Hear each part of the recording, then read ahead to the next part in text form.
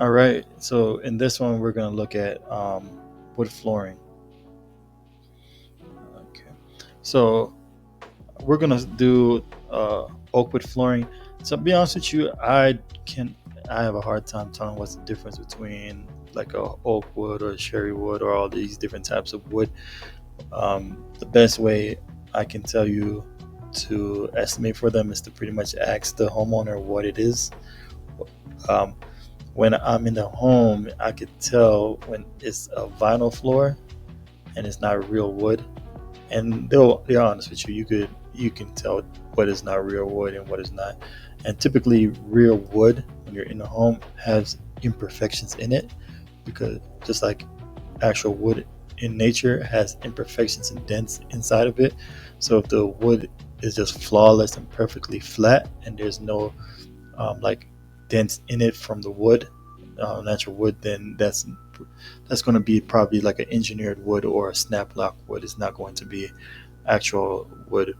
But you should ask the homeowner if you're in the home or to confirm what kind of wood that they have for their home, and they'll be honest with you. Most of it, majority of the time, they will be honest with you. So what we're gonna do is we're gonna remove the wood, then we're gonna install the wood. Let's take a look at this real quick. Tongue and groove. So this is the tongue and groove floor, hardwood floor nails, labor installation.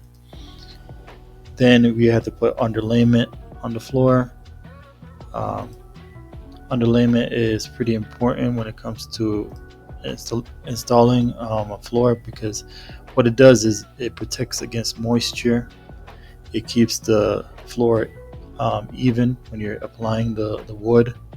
It reduces noise, especially like if it's on the second floor. It helps reduce noise and it prevents vapor transmission. It increases the longevity of the floor and it makes the floor softer to walk on.